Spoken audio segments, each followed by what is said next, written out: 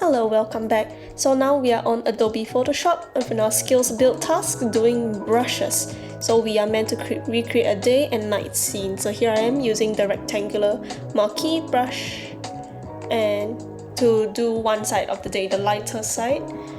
No, there's another darker side, it's just the daytime. So we pick a nice light sky blue and we will just, wait.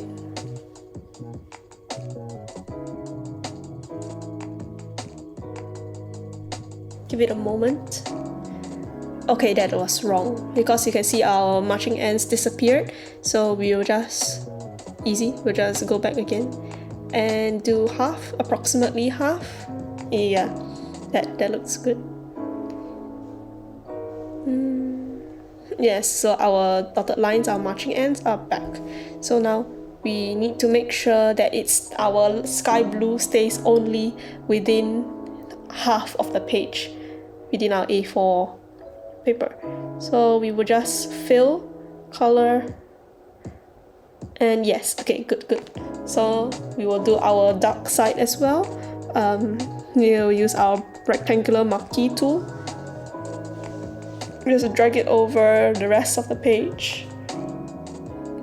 And then when we are sure it's done, we fill, color, and we have our dark blue, so let's just pick a nice deep dark blue. Okay, that's good.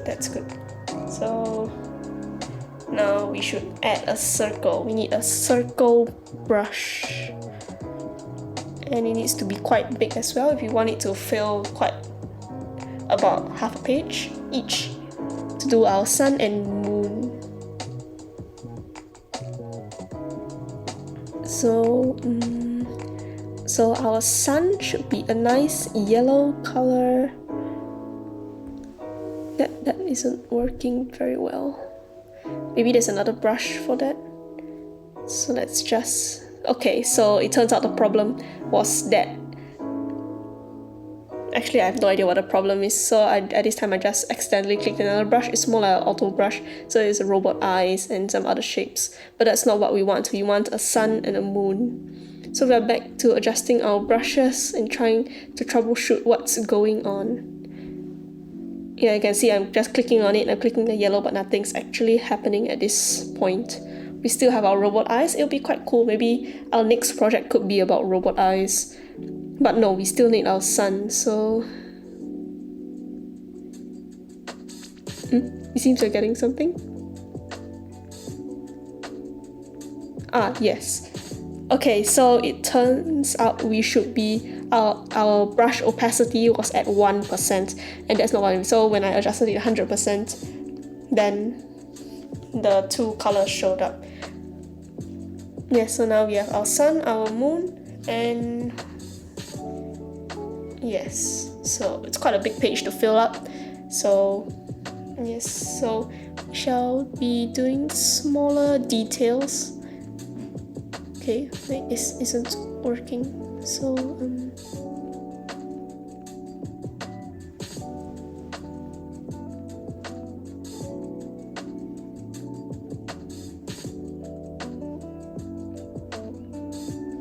craters are just gonna randomly click some small craters in, and it rushing the work by dragging it over like a brush doesn't really help. So we're just going to slowly just click away and hopefully it resembles somewhat of a moon.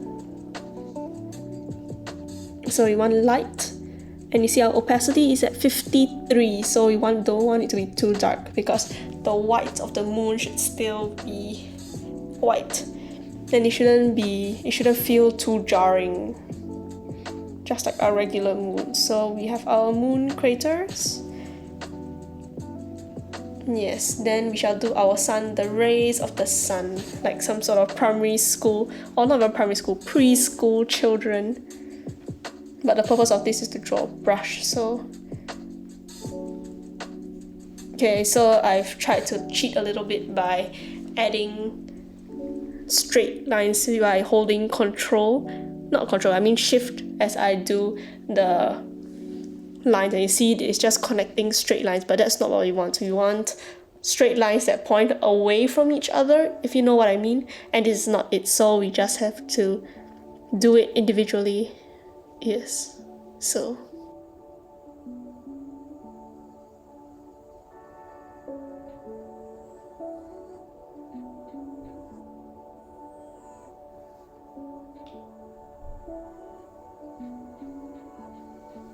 I'm not sure to what extent we should do this, but the teachers just recommended to just showcase your creativity, just show what you can do.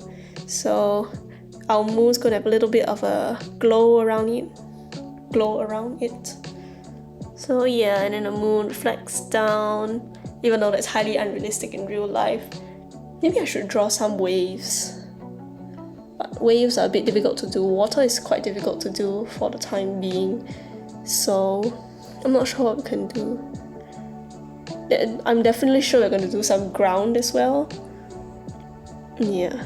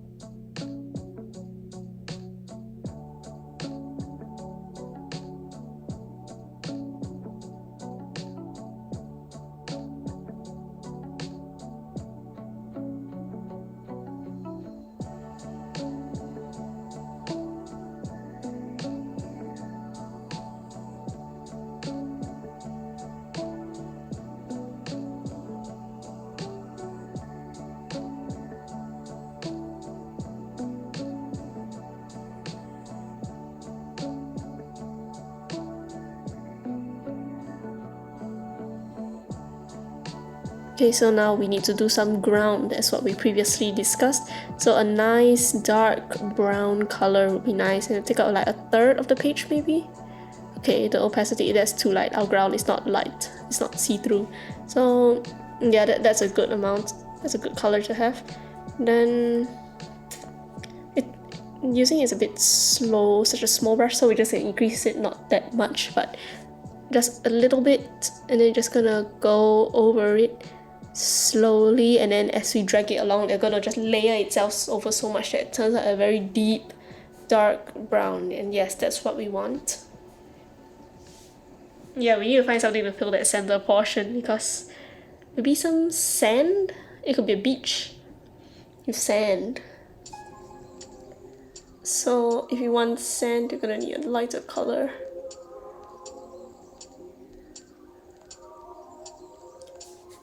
So let's zoom in a bit more so it's easier to see we want to work with. So because of color theory, we would know that in the dark, the sand which would appear yellow in our eyes would be much darker. So let's just try a little bit to see what it looks like. And looks a bit unrealistic, don't you think? If you see sand this sort of color in the middle of the night, it would be a bit creepy. So I don't think that's quite what we want at this stage.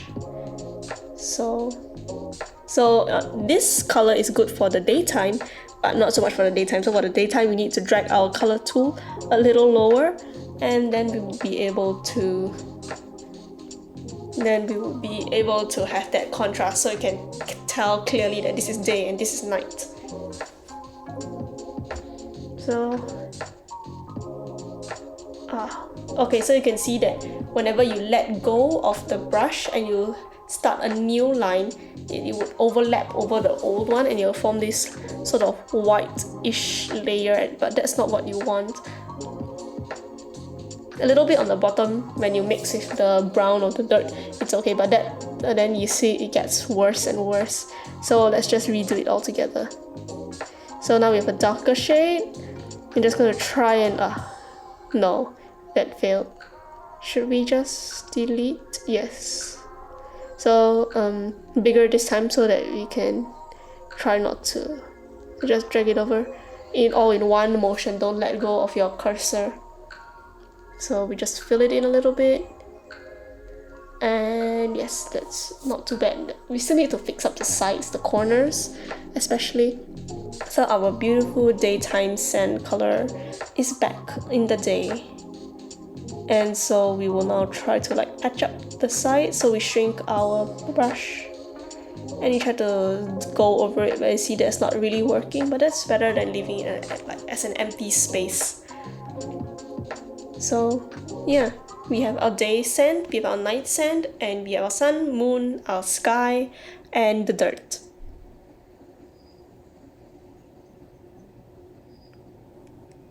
Now let's draw a little man. He will be, I was thinking maybe like 2 people in the night scene and 2 people in the day scene. Yes. And draw him some legs. Stickman, the epitome of art. And then from now on, this is just a fast forwarded version. For this part of the video, it's actually around 20 minutes long, but I shorten it to around, let's see, less than 4 minutes. So here I'll draw an ant, give him some antenna, and ants have like 6 legs, I hope. 6 legs. I think my science has degraded after secondary school. Give him some eyes, looks a bit like a panda, but that's okay. Give him the smiley face. And yes, still looks a bit incomplete at this stage, so let's give it a fence. So it's a fence, like, you know, the fence that's symbolic of the separation between day and night. So here I'm using black and white, but after actually trying it out, I realized that it doesn't really look all that good. I mean, it's semi-decent, but not quite what you would want if you had a choice. So here I am using the the shift as I do my line, so it joins it together and forms straight, even lines. But the thing is, it can't go diagonally. So it's only horizontal or verticals at this point, which I realize, unless it's automatically connecting. So just like my embroidery skills, our fence is done. And now just add one at a very small brush size. This is not brush size 1 yet. I'm just gonna dot the sky, do some constellations. Just fill the page. I'm not sure whether it's realistic to put so many stars at one point in our current light polluted sky, but it's okay. It's art.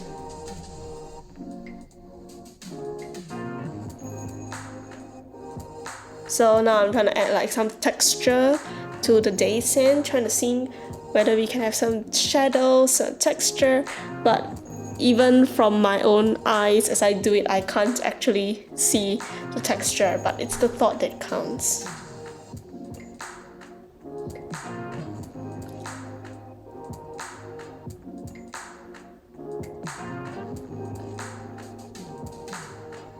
Yeah, so if you zoom out really close, you can see a little bit. Here I'm doing a little ant crown for our fellow ant. And I had a suggestion was given to me to do a little tie. Why my friends would suggest doing a tie but not actual clothing would be confusing, to put it lightly, but here we go, a tie. I gave him a full Windsor knot and some stripy patterns. Then we need to thicken the sides. And yes, our stickman wears clothes now. And I felt that this face was not quite realistic, so later I would give it more depth by painting it the brush size 1. But I'm not going to show it to you now. This is my final completed work. Yes, and here's 2 stickmen relaxing in the day roasting marshmallows. You can see the shadows, and at the suggestion of my deskmate, I did a pesky as well. What you don't see in the final image is that you see a Gru, representative of his original movie, and the final image of our man wearing a belt and socks. Thanks for watching!